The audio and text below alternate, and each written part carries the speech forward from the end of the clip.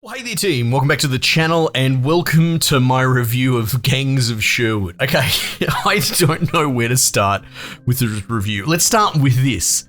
This might be the most fun multiplayer experience I have had in any game this year. Big call. It also might be the most insane, weird, I describe it as French, not like mainstream French Ubisoft sort of, normal westernized stuff, but more like Fifth Element French, right? Just insane stuff that is played so straight-faced that you can't help but love it. And every second of this game is insane, but the way that the multiplayer works and all that, I loved it. However, I expect this to not review very well. I feel that I managed to align the Swiss cheese and play this game under the very specific settings, i.e. you need a stack of the boys that are going to sweat a little bit and really get into the mechanics and play on the hardest difficulty, which is what I did with the lads. And bearing in mind that this price point, which is what, $58.50 Australian? So that's squarely on the high end of AA. I can see that a lot of the people that are going to cover it and review it are probably just going to play it single player, and I think this would probably be a miserable experience single player. So caveats ahoy. It also had some horrible, repeatable, level-breaking bugs that we managed to circumvent, but the consensus with the boys, as I put it to them, was like, even though this has been broken, the lobby system's falling apart, like maybe they day one patch it or whatever, but this has had some bugs. And I've been like, do you want to hang it up, boys, or do you want to persevere? And the answer unanimously was, this game is so fucking cool, we don't care that it's so broken. So, this is the weirdest recommendation I've ever gonna make. All right, at the front, like I said, it is in that space that Return to Moria sits in. A really, really good multiplayer fun experience, but asking quite a steep amount of money that it can be hard enough to get the sort of the head nerd of your gamer group. You know who I mean, you know who you are, the guy that wrangles the other nerds. It's hard enough getting you to pay for a game this expensive on a whim when it's pretty much multiplayer only. Imagine trying to get the rest of the boys to buy it as well. And that was the problem with Moria. Moria, also, if you're somehow interested and you have the disposable income, or at least wish list it for when they go on special, that was a brilliant experience, but the same problem. We're in a world where things like Lethal Company exists, which is a brilliant game, and it's gone for like $10 or something, right? So that's a hard sell straight away. So I thought I'd just get that out of the way. I only recommend this under a very specific circumstance. You have to have the right attitude going in. And like I said, I was blessed. I brought some dudes on from my community to help me out playing this.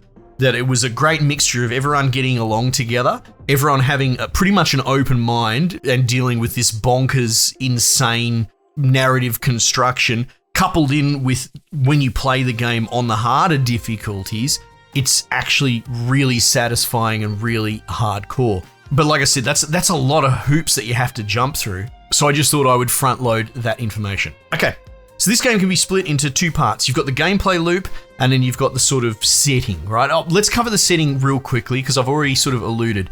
Like whoever is in charge of like the artistic direction of this studio is like Tony Montana. Just a big old pile of cocaine or something. Like this entire studio must be fueled by hard hallucinogenics or some, and I'm there for it. I will play whatever they make next. It's Robin Hood. Obviously, you can tell you're playing 4 players, the 4 sort of main characters of Robin Hood's little outfit: Robin, bloody Marion, Little John, and Friar Tuck, who very quickly became my main. We'll go into that in a minute. It's set in that sort of prototypical Western Europe setting that Robin Hood's normally set in. Except, there's magic, but it's fueled by copper for some reason. Everything's about copper. Every descriptor of text is this weapon's laced with copper, which gives it, the power to shoot bolts faster than the speed of light, which you can clearly see as well. It's just, even the flavor text is insane. And so people are getting captured and you're trying to set them free, but they're getting carried around on freaking George Jetson hovercraft bloody vehicles. There's a giant howitzer as big as a frigging suburb, and it's straight out of like World War II train artillery firing shells from 2 biomes away.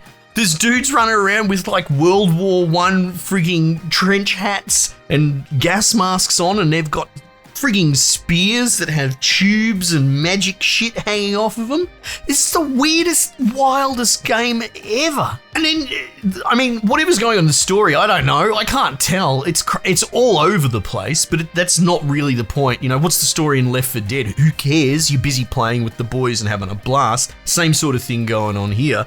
But you've got this jester narrator dude that pops in and just, you know, chews up the microphone every checkpoint. He's got 4 arms, 2 of them are like wood, so apparently we've got this clockwork wood shit in there. And I just look at that and I'm like, it has nothing to do with anything except someone in the art department drew it and the game director said, yes, put that in the game. That's the only explanation that I can possibly give you. And good is all I've got. So yes, couple that with frigging standard bearers shooting out things and then bloody Gatling gunners and oh my god, the game is insane. And if you take yourself too seriously as far as all that sort of stuff, you're not going to like this. But the game, to its credit, it never ever flinches. It plays it so straight that you got to respect it. You know how these days, when it comes to humor and all that, a lot of it's winking at the camera, right? You're trying to be above the joke. Hey, we're in on the joke too, fellow gamers. None of that crap. This game is insane, drug-fueled nonsense, and it just plays it so straight that I have nothing but respect for it. Now, the gameplay loop, this is where it's at. At first, you just think it's a button mash brawler.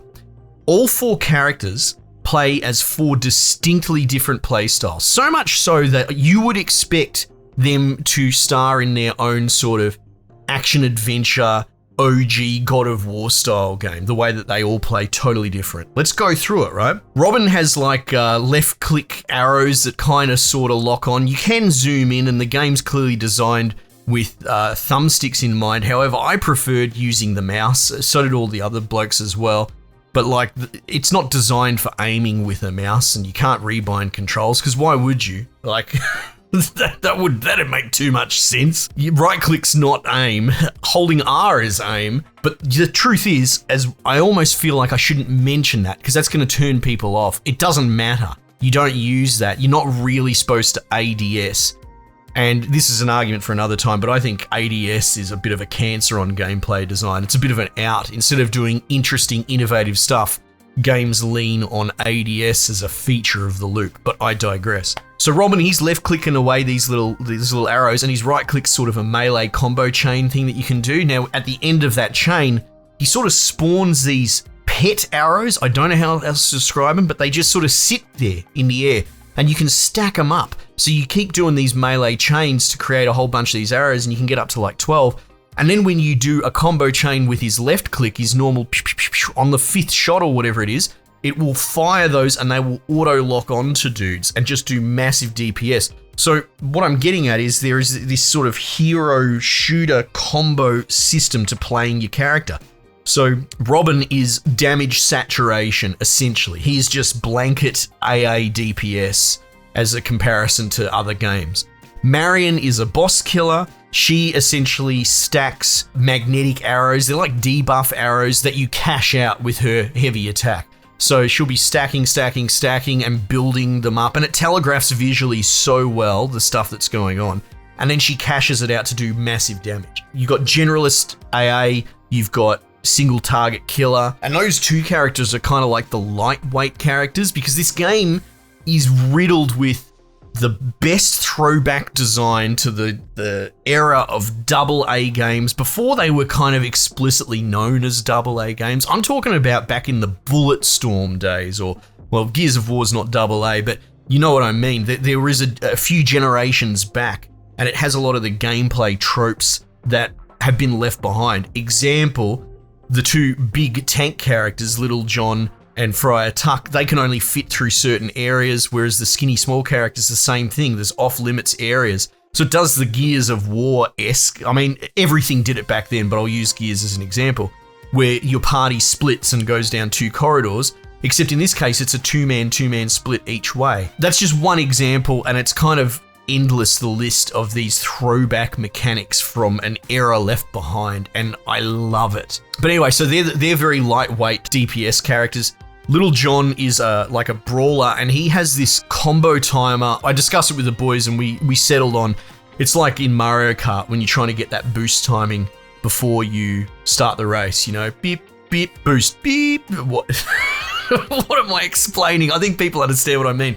So you have this exact timing, holding down, releasing attack to create combo chains, and then he can build up damage. And he's this damage build-up brawler dude with incredibly low mobility. And then Friar Tuck is kind of a support dude. This is the guy I played the most. And a big part of his setup is combo setups. Now, all the characters unlock them as well, but aerial chain combos is where this game shines, and it's so brilliant. You'll see it in the footage.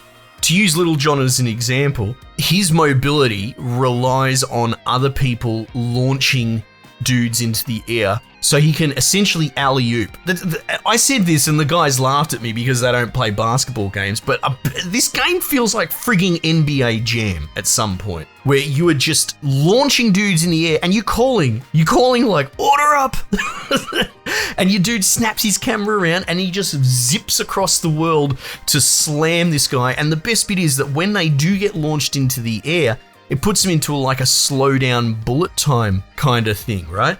So you're instantly rewarded, and you can just all pile on if you're built that way. The DPS didn't do it so much, but me and the other bloke on the heavy characters were absolutely doing these alley-oop bloody layup nonsense basketball terms, wailing on these dudes in the air. And you could get to a point where you just didn't touch the ground for like 15 seconds if your team was switched on. We ended up playing it on the higher difficulty setting, and it's such a jump. The medium difficulty setting is against this game. It just turns it into a crappy low IQ button masher, but in the harder difficulty, it shines, and it's so satisfying, just the way that the game plays out. There's dodge and parry mechanics. The enemies are no joke as well, so if you don't pay attention to all the busy telegraphs going on, you wipe. We wiped often while we were still figuring out the game, but then by the end of it, I mean, the example I used when I was talking to the lads was the gimmick of Dark Souls when that came onto the scene, as I remember it, was your XP meter is kind of secondary. The idea is that you learn the movesets, and XP, as it were, is more of you growing as a player and becoming better.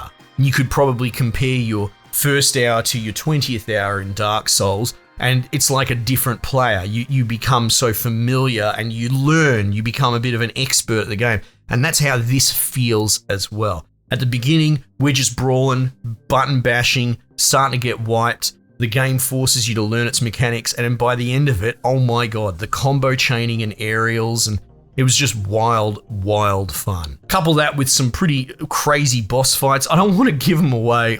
Part of me badly wants to tell you what these weird frigging nightmare fuel bosses, I don't know, whoever came up with all this is so good, but they are getting up to like raid mechanics light, you know, a la something like a Destiny raid or whatever, having to dodge telegraphs, having to draw aggro, that sort of stuff. At times it even reminded me of Army of Two, if you remember that going back, you know, the idea of juggling aggro, but at that third-person shooter, more accessible kind of level. Anyway, it is apparent I love this game. I think it's wonderful. Again, it's got some bugs, some repeatable ones. We had points where we couldn't get past an area because there was a dude stuck out of bounds, and every time we replayed that level, the same dude was stuck out of bounds every time. We could snipe him with Robin's character, but that's pretty unacceptable as well, and that's probably the worst one that I can think of off the top of my head. But the game had a lot of issues, right? It definitely needs a patch, so maybe wait and see how that goes. But yeah, for the few of you that this is the target audience, or that fits into that sort of space where you're willing to take the jump and you've got the right attitude and the right group of friends to do it. I know it's a lot of hoops that you have to jump through. I didn't design the game, but I'm telling you, this is some of the best fun I've frigging ever had in gaming. But I feel like 90% of people, including probably other reviewers, are going to miss out on that because of the barrier to entry, as it were. Anyway, at this point, I'll just be waffling. Team, highly recommend it with all the caveats. Worth my time, worth my money, had a blast. Might just leave it there for the time being, and I will catch you guys on the next one.